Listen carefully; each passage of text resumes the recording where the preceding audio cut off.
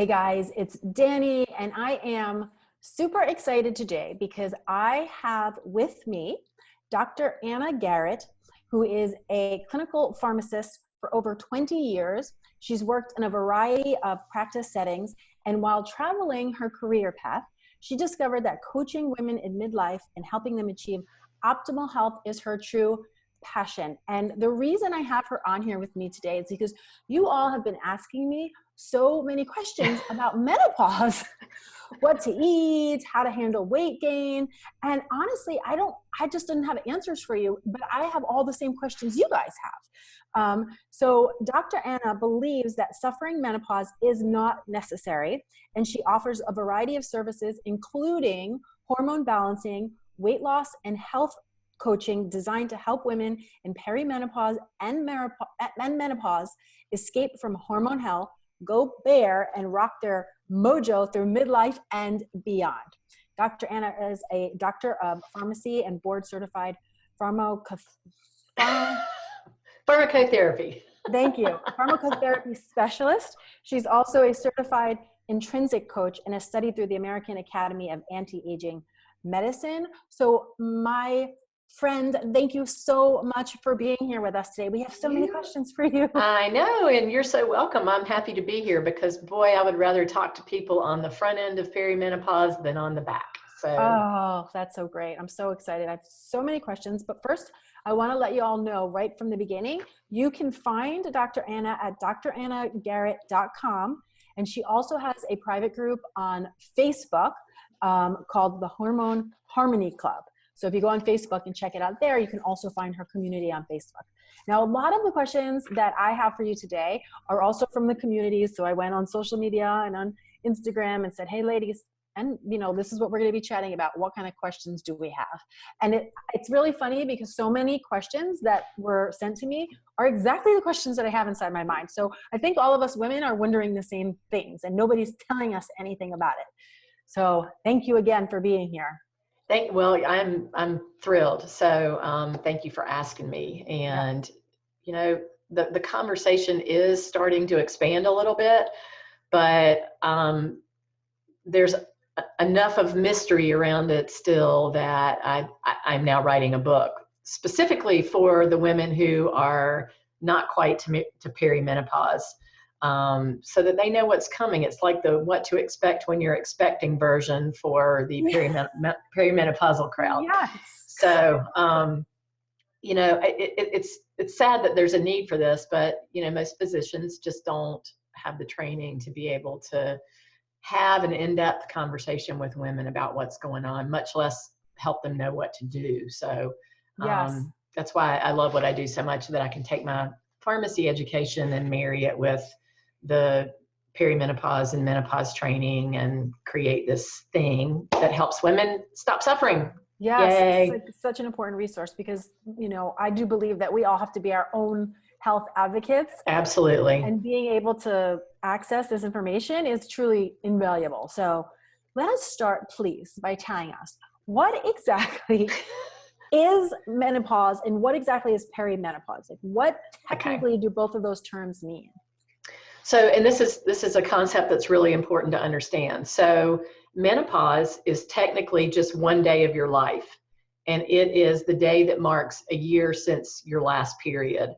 Why they picked a year, I have no idea, but once you've gone a year without a period, the chances are pretty good you're not going to have another one. Perimenopause is anything leading up to that. So that can be 5 to 10 plus years for a lot of women. And then postmenopause is anything after that day of menopause. Oh. So the real action is in perimenopause and postmenopause. That day of menopause is just like, that's boring. There's not a lot going on probably. Okay. So perimenopause can last 5 to 10 years. Yeah. Okay. So this is clear. So the average age of menopause is 51. And that means if you do the math, that perimenopause can be starting in your early 40s. And for some women, it happens in the late 30s. And, they just basically think they're losing their minds or, they'll go to their doctor and say, I'm having anxiety, or I'm having these flooding periods. What should I do? Next thing you know, they're on birth control pills to help control the periods. They've got a prescription for an antidepressant and some Xanax for anxiety. And when the real issue is an underlying hormone imbalance that could actually be solved. So what are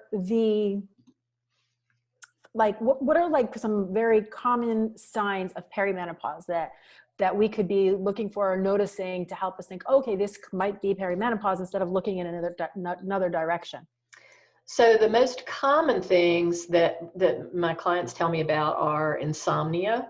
And that was my personal piece of perimenopause hell. Actually, it still is. So there's that. Weight gain that's unexplained. You're doing the right things, you're exercising, and yet you continue to still gain weight. Mood swings, fatigue,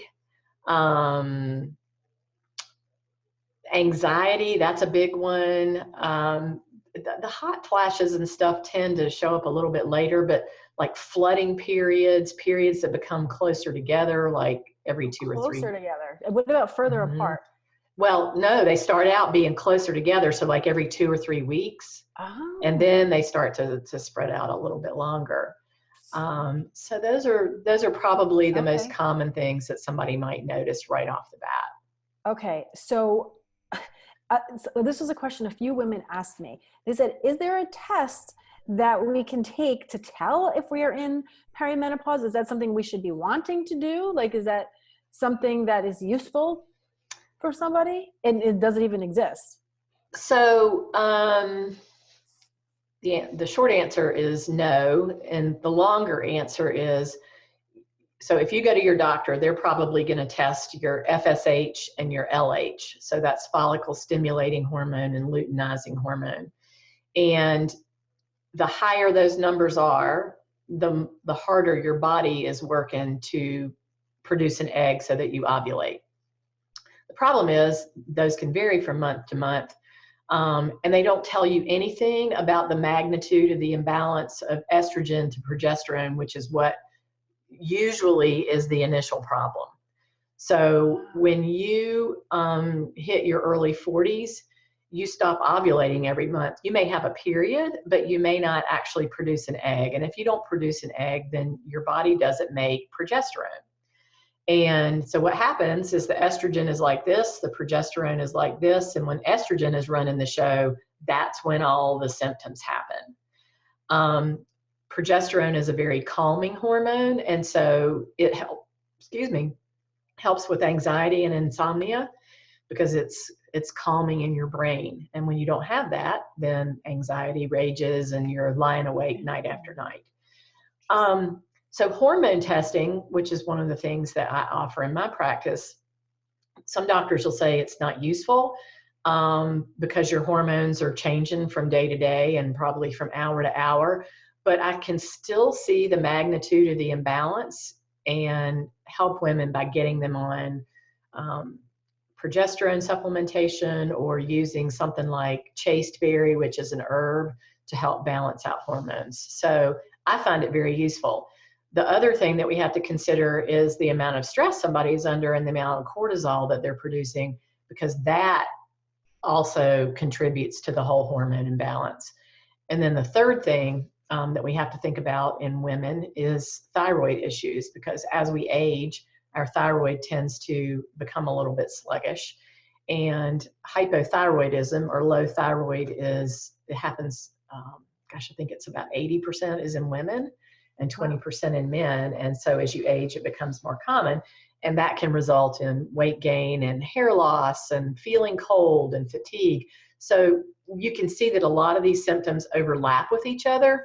And so it's important to tease out what's what so that you're not just taking a shotgun approach to everything to try to help somebody feel better. Okay, which makes sense. So when you hear people talk about hormone replacement therapy, is that something that happens during perimenopause? So most women in perimenopause don't need estrogen replacement. They've got too much, and that's part of the problem. I do. Progesterone or no? Yes. So I use a lot of progesterone in perimenopause because that helps bring the balance back. Once you get into the postmenopausal period, that's when you think more about estrogen replacement along with progesterone and potentially testosterone. So that's kind of how all that shakes out. So that's something someone makes that decision if they're feeling a lot of symptoms or a lot of imbalance, and then they would make that decision, then see if that helps them kind of come back to neutral. Or Yeah, homeostasis. or get testing done to see if that actually is the problem. But you can get progesterone cream over the counter. Oh no, I meant after you knew for sure. Like I would recommend as well getting the testing if you were going to go that road, so you know what you're working with. But a lot of women don't. They just like start. So. Oh really? I didn't know these things. Oh yeah, you wouldn't believe some of the things people are doing. But yeah. But so in the advice of an expert, one would say, get the testing done first, see what you're working with. Yeah. Show me what you're working with. Yeah. And then you decide where you want to go from there. So yes. That brings me to the next question, which is, in your opinion or from your studies, is hormone therapy replacement safe? Yes. So there was a study that came out in 2002 called the Women's Health Initiative Study, where they took women, most of the average age, I think, was in the 60s, which is way too old to be studying this. But they took women who had had a hysterectomy and women who had not. And the women who had not got synthetic, and this is a very, very important point to understand, synthetic progestin, not progesterone, plus synthetic estrogen.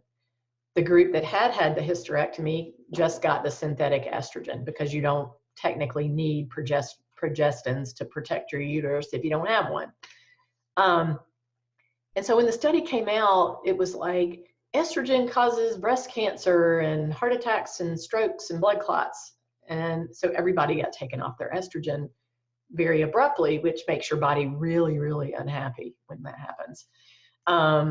And so over the years, they've gone back and reanalyzed the different groups. And what they actually found was that the women who were in the synthetic progestin group are the ones that had the increased risk of breast cancer.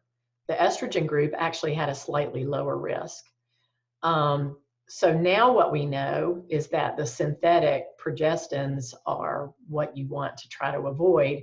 And there was actually just another study that came out recently that was done. It was a Danish study, and it looked at birth control pills and IUDs that contain the synthetic progestin, and those also had a slightly higher risk of breast cancer. So the truth of this is that estrogen by itself does not increase breast cancer risk. If you take it orally, it does increase your risk of heart attacks, strokes, and blood clots. And that's because of the metabolic pathway that it goes through in your liver. So if you use a patch or a cream or a gel, you don't have that same risk. And I do want to talk about the whole progesterone argument or discussion, because this is such an important point to understand. The medical community has lumped bioidentical progesterone into the same category as the synthetic progestins, and this is where all of the confusion comes. So that's why in California, progesterone has to have a cancer warning on it and all the things that just confuse people. So let me just ask a quick question, just to clarify my mind. So the non-synthetic, so not the synthetic progesterone, what is, if it's not synthetic, where does it come from? Like, how does one get this? So it's synthesized from wild yams. So it's not the same as wild yam cream. They take a substance called diosgenin and they manipulate it in the lab to be the same compound that your body produces. And so it comes in creams, it comes in oil that you rub on your gums. It can be compounded into capsules, which work a little bit differently than the topical forms, but it does not cause cancer. Gotcha. There is no evidence. In fact, it has a protective effect against cancer. So if I don't say this at least once a week to somebody, then my week is not complete. So this is really one of my soapbox issues, is to get people to understand that progesterone is not the same as synthetic progestins and does not have the same risks. Okay, so that's very good to know. I had no idea. Who knew? Thank you for clarifying that. I did. Yeah, exactly. So my brain naturally now goes to, are there like homeopathic or natural remedies or approaches to balancing hormones or helping to ease perimenopausal symptoms as we travel along this journey? Well, there are, but the first place I like to start is with lifestyle, because if you don't have a good foundation in place for your lifestyle, then we can throw all the supplements in the world at you, and you're probably not going to feel any better. So when I say lifestyle, I'm talking about food, I'm talking about sleep, I'm talking about stress management, I'm talking about avoiding alcohol, because that makes the whole thing worse. So those are my sort of top go-to areas that I look at with people. And then we get into the supplements that are available. So like I said, progesterone creams are available over the counter. I like chasteberry. I like maca. It's a Peruvian root that can help with hormone balancing.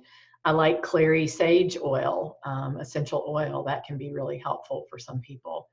So there's a whole laundry list of things that can be tried. If stress is the issue, if cortisol is making things worse, then we can use adaptogenic herbs. So I love, though, that you said, I didn't mean to interrupt you, but I do love that you make that kind of lifestyle precursor, because I think, I have this conversation a lot with women when it comes to weight loss as well, is that we're always, a lot of times we jump to all of these fixes, and it's like, well, are you drinking water? Right. Are you sleeping? And we don't even realize that we're not doing the basics. And then we make it very much more complicated than it needs to be. So I think that's so important to just kind of, it's simple, but it's important to kind of remember, like, go through that basic checklist for yourself first. Well, but it's work. Yeah. It is work to do all of those things. And, I don't know about your clients, maybe they're harder workers than mine. No. But everybody wants the magic supplement that's going to make them feel better. And I'm like, it's just not there. Right. It's a combination of everything that's important. And,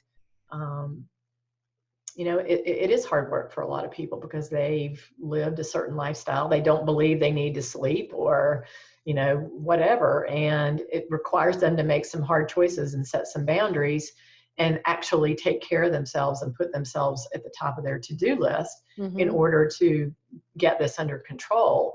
And so that's why I love that I'm talking to you today, because the more you take action in your early 40s, the better off you're going to be by the time you're 50. Which is so good to know. 42 in the house. So I'm on top of this. I knew that. I'm like, okay, this is good to know. And for me, this couldn't come at a better time either, because I'm very curious about that as well. Okay, so another question that I had a lot of people ask me about was how to help eliminate night sweats and hot flashes, and if there are any homeopathic remedies for the hot flashes as well. So a lot of people were asking about the evening, but I also had a handful of women who get the hot flashes during the day as well. Apparently they're very uncomfortable. Yes, that is not one of the things that I have experienced, so I don't know the full impact, although I will say that I had a client who was having such bad hot flashes and sweating. She was an art teacher. She had to change her clothes a couple of times during the day. So, wow. While she's teaching class. So it can be very negatively adversely affect your quality of life. So hot flashes and night sweats. The first place I start there is alcohol, because I've had people, I know, I'm the buzzkill. I've had people completely eliminate their night sweats and hot flashes just by stopping alcohol. So we start there. I have to just say, there's something to be said about aging and alcohol, because I find too, I'm 42, but like just a glass of wine where it doesn't go unnoticed, put it that way. Right. I feel it. you know, and I'm just like, I just had one glass of wine. What is Yeah. that? What is that? Is that because of hormones too? So alcohol increases estrogen production, and hot flashes and night sweats are when your estrogen drops really quickly. And so you think about it, you're drinking a few glasses of wine, and you know, you're lying there in bed and your estrogen starts playing around and doing the merry-go-round, and that's what's causing the night sweats. The other thing that alcohol does is it affects your blood sugar. So it'll increase your blood sugar to start with, and then, you know, once you're in bed and trying to sleep, it'll drop, and you get some of those symptoms of hypoglycemia, which looks like a night sweat. So it's complicated. So night sweats, cutting back on the booze, Sugar, sugar. processed foods. Okay, so a lot of dietary changes. A lot of dietary changes. Okay. And so things like broccoli and other cruciferous vegetables can be really helpful because they have a compound called diindole methane, which can be helpful for lowering estrogen levels. The other thing that's important in perimenopause to keep estrogen under control is to eat a lot of fiber, because estrogen is eliminated from the body in bowel movements. So you want to keep everything moving along. Okay. Good to know. And I don't know why I'm thinking of this now, but would I have one in my bedroom and I just think it's lovely. I don't know if it helps night sweats at all, but the diffusers, you know, they have like, you can put the essential oils in the diffuser. Are there any essential oils that help with these hormone levels, or am I getting a little outside the zone here? So clary sage is helpful. Lavender can be helpful. Thyme oil can be helpful. Okay.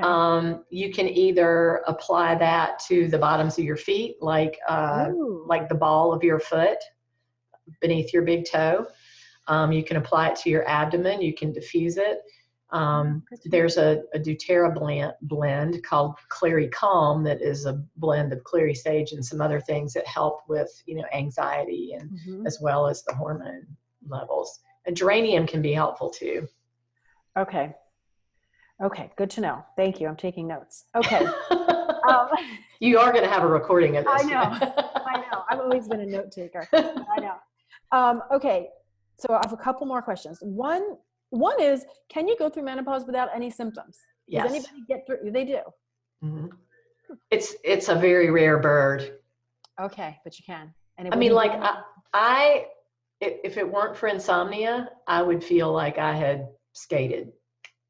Okay. So interesting. So where the desire to get so deep in the studies here? Because I just see so many women who are suffering, and I know that with the education I have, I can help them. Yeah. And so even though my own experience, at least up to now, I better like keep my mouth shut, or the next thing I know, the bottom's going to fall out. But, you know, up to now, it's been fairly manageable.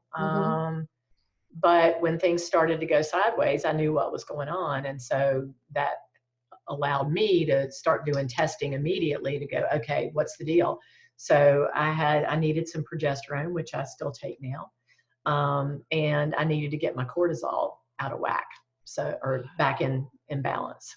So a big part of the reason this has been kind of smooth for you is because you've implemented some of these practices. Okay. That's so good to know. And I eat well and I exercise. And so, those things are all helpful. Yeah.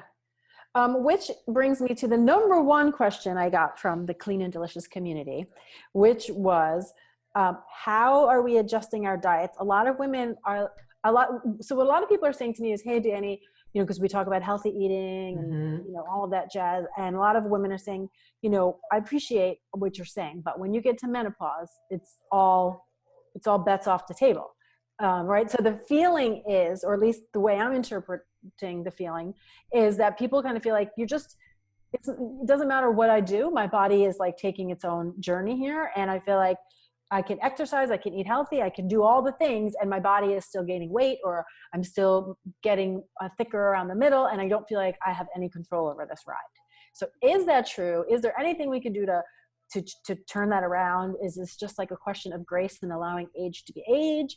I don't know. I pass the mic to you. Well, there is an element of grace in allowing age to be age.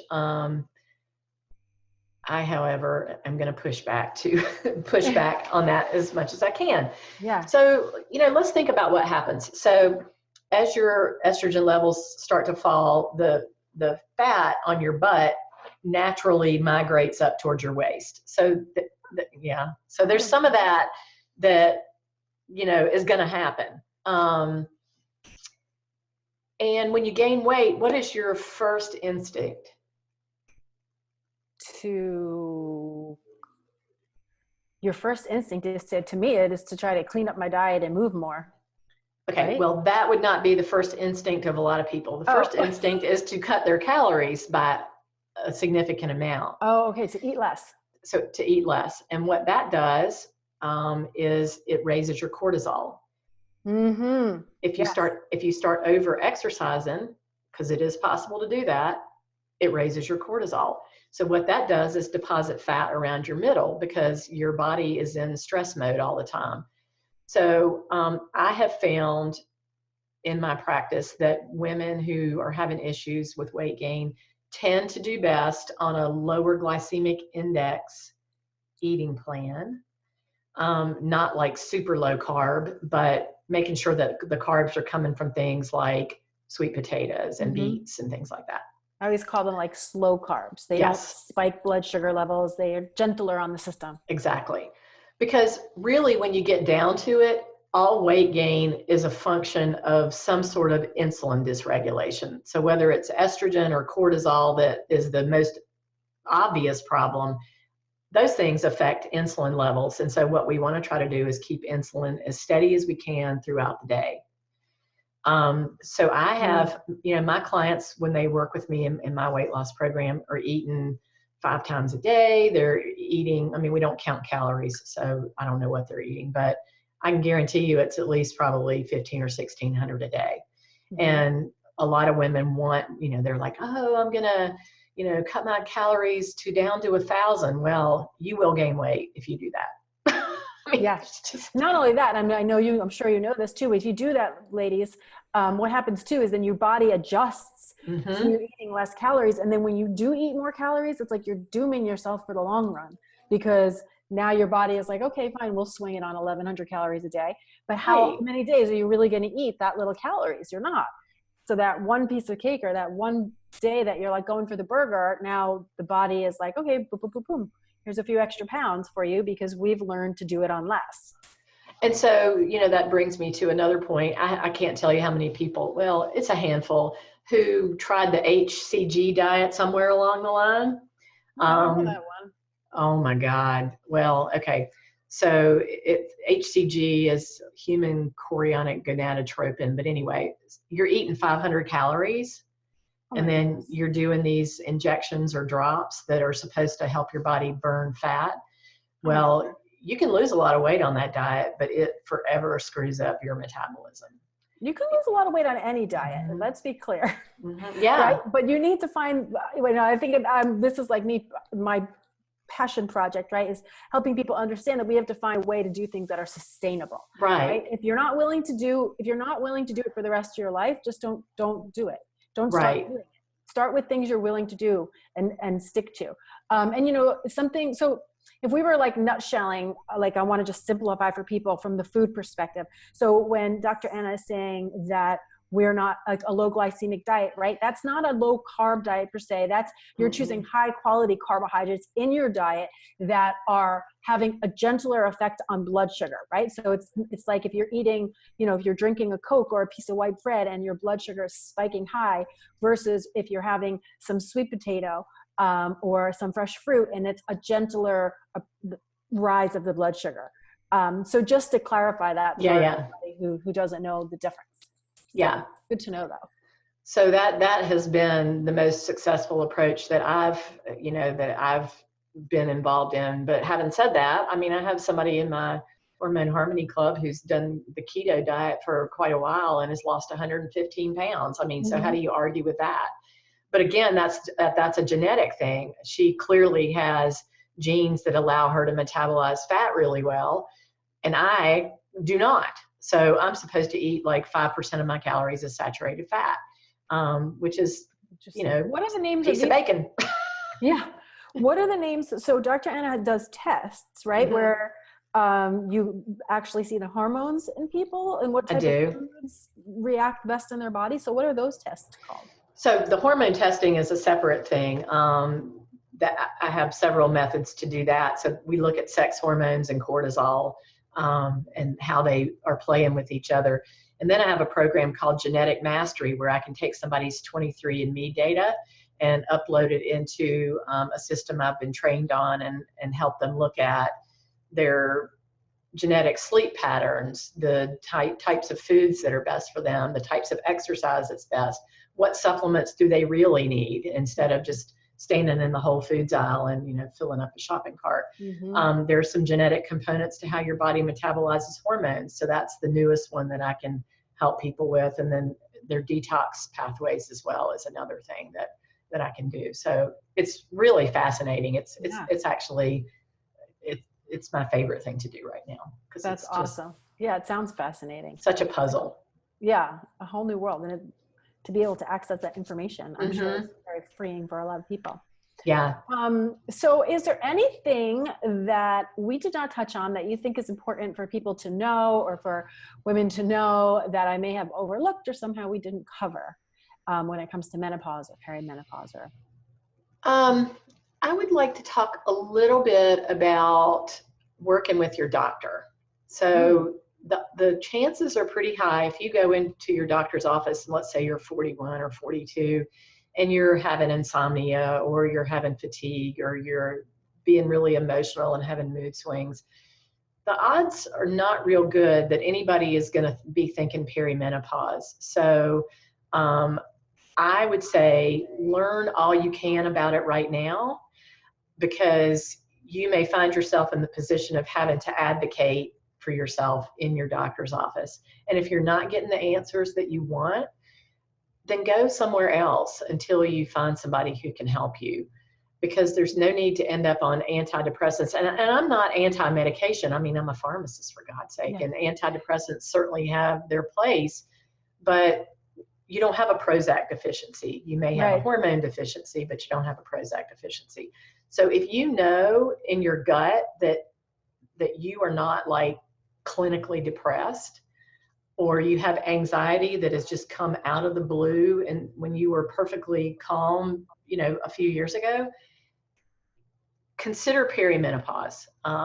And, you know, feel free to reach out and ask me questions. I am happy to, you know, if you're wondering about something, I'm happy to answer questions, because I'd rather point you in the right direction than have you go down a rabbit hole that is not where you need to go.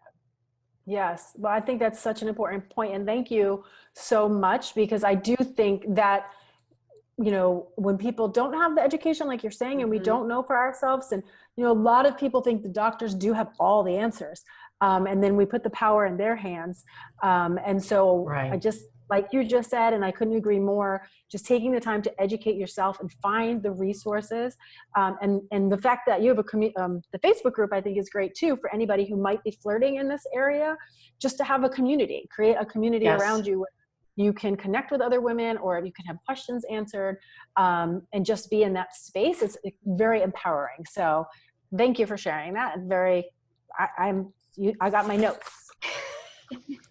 Yeah, I have a blog post I can send you the link to. It's 10 ways to get the care from your doctor that you deserve. So it's about how to advocate for yourself. And that's fantastic. And I will be sure to get that, and I'll put that down in the description box below for everybody else, so you guys get your hands on that as well. And also I know all right, so remember guys, you can find Dr. Anna at drannagaret.com. That's her website and her blog. And you can find on Facebook, if you want to join her free Facebook group, Hormone Harmony Club, which is a great place for the community and the support. And I know that if you're on your website, right, if they subscribe for the newsletter, they get that free ebook too, right? Yes. Remind me what that was. My 9-step plan to escape hormone hell. Sorry, that was so mean. I totally put you on the spot there. Yes, but I downloaded that too, and I thought it was very helpful. So make sure you guys check that out. With any thoughts or questions, please leave them down in the comments below. So thank you, Dr. Anna, so much for joining us today. It has been my pleasure to have this conversation with you. Well, I am so happy to have been here, and I am happy to help in any way I can, because it's so, like I said, it is so much better to get ahead of it than be on the back end. So I would welcome any questions that anybody has. Well, thank you so much. So my friends, if you have the questions, make sure you head on over and ask, or you can also leave them down here and I will get them over to Dr. Anna myself. And I will see you all next time. Thank you so much for watching, and I'll see you back here with some more food for thought. Cheers. Bye.